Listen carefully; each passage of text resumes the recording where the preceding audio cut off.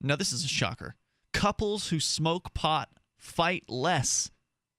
That, according to a story at Syracuse.com, where there's also fewer prescription painkiller deaths with people who in states where marijuana is legal. Oh, that's interesting. Yeah. Obviously, I mean, they're going to be using marijuana to manage pain. Jeff Herbert writes at Syracuse.com, could legalizing marijuana nationwide mean less domestic violence in the United States? Couples who smoke pot fight less, according to a new study at the University of Buffalo. UB's School of Public Health and Health Professions and Research Institute on Addictions studied 634 couples over their first 9 years of marriage and ultimately found more weed meant spousal abuse was less likely. According to WIVB-TV, the SUNY Schools researchers were actually trying to determine how alcohol affects marriage and how marriages affect drinking. However, the study also had to compare other health choices that could cause arguments or violence, including partaking in toking up. Quote, I think we were all surprised that marijuana led to that significant of a reduction in violence, said the lead investigator, Ken Leonard, telling the news station. They haven't been listening to marijuana smokers for a long time. Right. You know, I had an interesting conversation with a correctional officer one night. I used to work in the staff canteen when I was in prison. I did it for many years. And so I got a lot of candid conversations with staff. And one officer, he said, and I think that he's very right, you know, the state would spend a lot less on security if they just gave you guys a bag of weed every week. Yeah, true. Because it tends to mellow people out. Lead investigator told the news station, quote, particularly when both the husband and wife reported frequent marijuana use, there were lower levels of both male partner aggression and female partner aggression.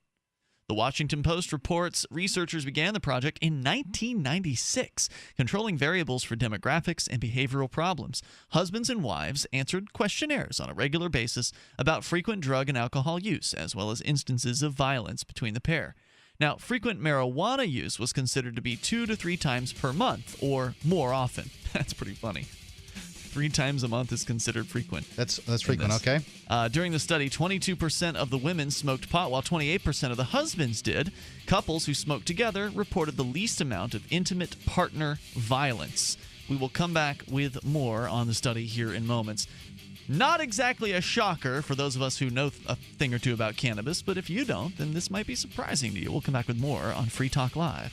We just kind of dove into a story here from Syracuse.com, study at the University of Buffalo, which has actually been in the works for nearly 20 years. It started back in 1996, according to the Washington Post.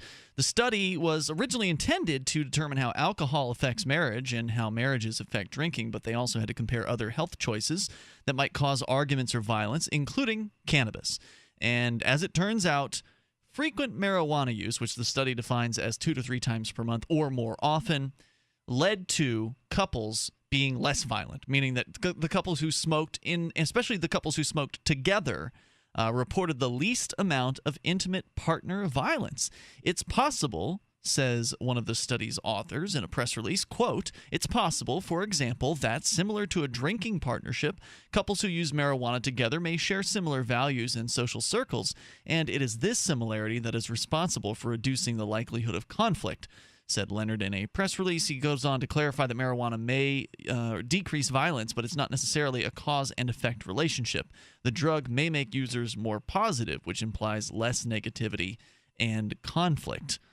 Well, that sounds like a cause and effect to me. I mean, if it's true that cannabis makes users more positive, then that would likely lead to a more positive relationship, or at the very least, the ability to communicate better and not jump to angry conclusions, as you might do if you were drunk. I mean, there's so many angry drunks out there. How many angry potheads are there in comparison? They must exist, but they just aren't, the stereotype's not even there.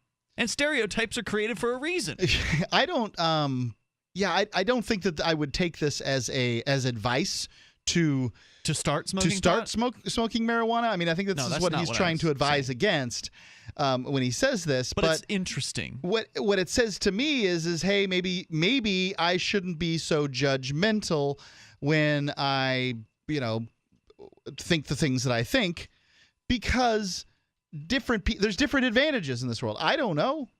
How am I supposed to know? Previous research comparing marijuana use and domestic violence have had mixed results using cross-sectional data. The University of Buffalo study over more than 2 decades may make a causal relationship easier to establish, pending more research. One of the researchers added in his findings he would like to next examine day-to-day marijuana and alcohol use and the likelihood to IPV, that is a intimate partner violence, as they call it, on the same day. I mean, this seems like it'd be a no-brainer. I mean, really. The study was paid for by a grant from the National Institute on Alcohol Abuse, etc., etc. So interesting news. And I agree with you, Mark. I wasn't bringing this up to suggest, hey, you should start smoking pot. It'll improve your relationship. Yeah, I didn't. I don't think that's the case. I don't know if that's the case, but I'm not making that claim. It may not improve the relationship. Maybe if you were to, introduce marijuana into the relationship, it would result in one partner going in a direction, mentally that they wouldn't have otherwise gone, and maybe that'll split the relationship up. I don't know. But if you're talking about a couple of people who have been marijuana users in the past and they are together using pot, this study's saying they're less likely to be violent, and that means something. I think it's just one study.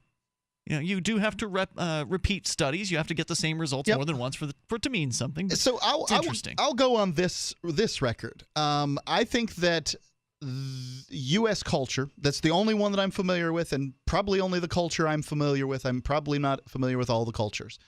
That we would be less violent, make better choices, be conceivably even more productive if we were to substitute marijuana consumption for alcohol consumption. I don't think you're going out on a limb at all with that. I think that's absolutely true. Now, there's like our whole life is in many ways designed around alcohol. There's business after business after business that's designed to sell you highly expensive alcohol because you can get a lot cheaper. So what you're buying is socialization. You're buying ladies' night. You're buying music. You're buying flashing lights. You're buying sticky floors. You're buying whatever that stuff going on in the bathroom is. You're buying that when you buy this expensive alcohol, and I don't know what that would look like in a marijuana bar. I don't know, but better, worse, I'm not sure. But it seems to me that there's a lot of violence centered around alcohol that drives down productivity terribly. That people who drink alcohol tend to be bad at getting up and going to work in the morning. People claim that marijuana smokers are, bad as far as their productivity goes. And I don't know that I've ever seen a study on this. It's difficult to say whether or not lackadaisical losers smoke marijuana or whether, marijuana makes one a lackadaisical loser. I don't know. Oh, well, that's ridiculous. I mean, that is like a classic false claim by the drug prohibitionists is that, oh, you're going to be a loser. What else would you say? And there's no evidence for it whatsoever. It's just that there are losers who smoke pot, and there are winners who smoke pot. And I remember that when I was a teenager, working at the radio station back in 1996 or whenever it was that I got started, 97 I think when I got started there. I remember that my mentor, Bob Garrett, who, if you listen to the GCN feed of the show, you'll hear his raspy voice doing intros for us when we come back into the show segments. That's Bob Garrett. He's my mentor. Anyway, he used to go out and blaze up out in the parking lot right before he would go into the production room. So he felt it made it more creative or something? Yeah, I think so. People claim that about marijuana. He wouldn't do it on the air. He would do his air shift. So he was on like from 3 to 7 in the afternoon. He'd come in, do his air shift. After the air shift, he would then have air shift being he's on the air. Yeah. After what else would it be? Right. After that, he would then have to go into the production room. So if a commercial was ordered and they needed Bob's voice, he would have to go in there and do some production work. Sure. And he would go out and blaze up right out behind the radio station, where I had done it many of times after that. And I just was so amazed by that because at that time I was still living under this sort of drug war inspired nonsense mindset that only losers smoke pot, or that you can't be productive when you do it. Free Talk Live, 7 nights a week from 7 to 10 Eastern, live on the Liberty Radio Network at LRN.FM.